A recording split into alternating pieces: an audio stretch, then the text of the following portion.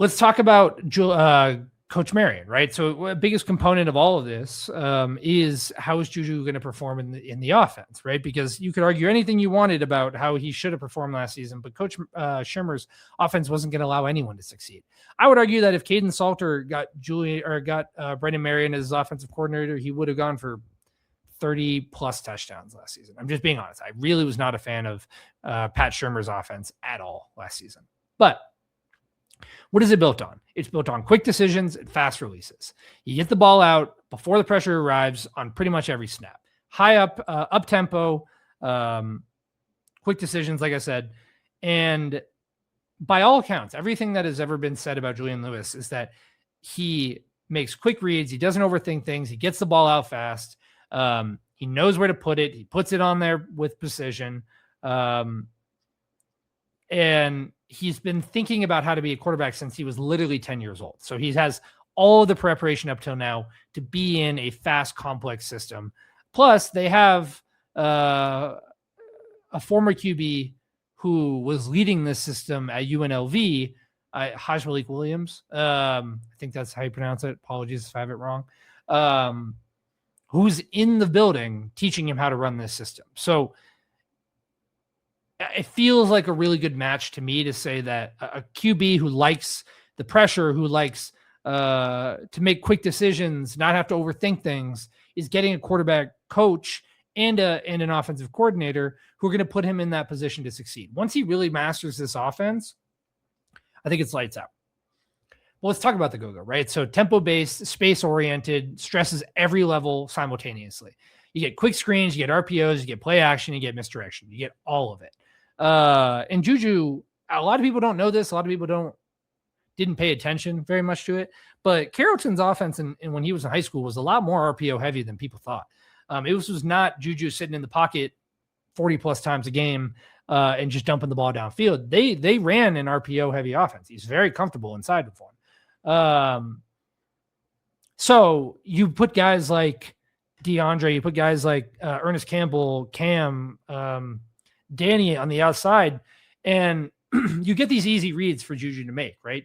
The defense can't take away everything. So you have all these different weapons on the outside, and it creates these easy reads for Juju. Again, I would argue that he could make complex reads at this age and at this point in his career, but ultimately you give him a coordinator who's going to make it easy on him. And once he masters it, he's got it down.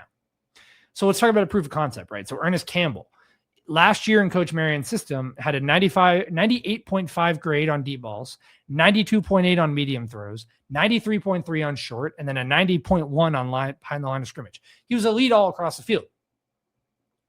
But ultimately, that's with a quarterback who was nowhere near the quality of Julian Lewis. You can argue it's against lower competition. I'll take that argument. But that's with a quarterback who was not Julian Lewis. As I've said, I think he is a lot more elite than what the numbers might tell you or what people might have seen in his limited action last year. When asked about the offense, Julian called it beautiful. He said the hardest part is learning it, but once you know it, as I've said, every piece fits together. And he has the weapons all across the field to make all the puzzle pieces fit. He's just the one who's doing the puzzle. Haj Malik Williams is in the QB room. He's a childhood friend of Julian Lewis, played this exact system, and then translates the concepts to a player's perspective. So he's able to be Julian's right-hand man, somebody that he knows, that he trusts, to be there and explain how the system works from somebody who's actually played it, which is, I cannot stress this enough, invaluable experience, like quite literally invaluable to have that type of experience. It's kind of like in basketball, right? Like it's kind of like having the former point guard who ran the triangle offense, like having Derek Fisher. I was going to say Derek Fisher mentoring Smush Parker, but that's a terrible analogy. It's you get what I'm trying to say. It's like having the older quarterback, older point guard teach the offense to the younger point guard. It tends to lead to a continuous system that allows them to see it from their perspective and really understand what they need to do in more complex reads.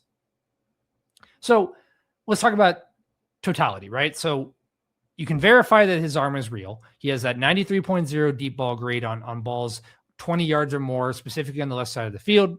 His mind is real. He has 0 turnovers in 96 attempts. He's better under pressure than in a clean pocket based on the numbers. The weapons are all very real. You have a legitimate answer at every level of the field. And then the system fits. So it's designed to be efficient, rhythm-based passing for a QB just like Julian Lewis. You get a little bit of continuity on the offensive line. You bring in some experience, some SEC experience at left tackle. The rest of it, I'm happy to debate with you. Your only concern is that maybe that right side of the line. And then the last part of it is that quick release system that Coach Marion is putting forth neutralizes the pass rush exposure. And so you look at it to round this out for you, to paint the whole picture. You have a kid who had he not reclassified, would have been the number 1 quarterback in that class. He had been scouted since he was in middle school. He had been put forth as having elite talent since he was walking in as a freshman on varsity at Carrollton, leading them to state championships. Consistently improves his game every single year, comes to Colorado, takes on one of the biggest national spotlights in all of college football. It doesn't get the opportunity that he wants. He's thrown in to a team that has crumbling identity, crumbling leadership, no direction, no passion, no heart. Goes out there, 4 touchdowns, 0 interceptions, grades out super well with a rotating offensive line. They go out, they bring him a better offensive coordinator. They revamp the weapons around him, and they finally give him the keys. They finally said, this is your team. Go out there and prove to us why you were the number 1 quarterback in the 5-star that we thought you were. And when he was a freshman at Carrollton, he did exactly that. So I have no reason to doubt that he will come out next season and do exactly that for Colorado. And every person, I'm gonna clip it right now, or I'm gonna stamp it right now. You can clip it all you want. Every person that is calling Juju the 49th best quarterback in college football, the 65th best quarterback in college football, whatever number you want to put him at, I guarantee you he surprises you. I guarantee he walks off the field after the last game next season. Doesn't matter if the Buffs are 5-7, 8-3, and 5-7, 8-4. Sorry, and in one way or another, you're going to look at how Julian Lewis performed and went, that kid's legit. That kid is for real.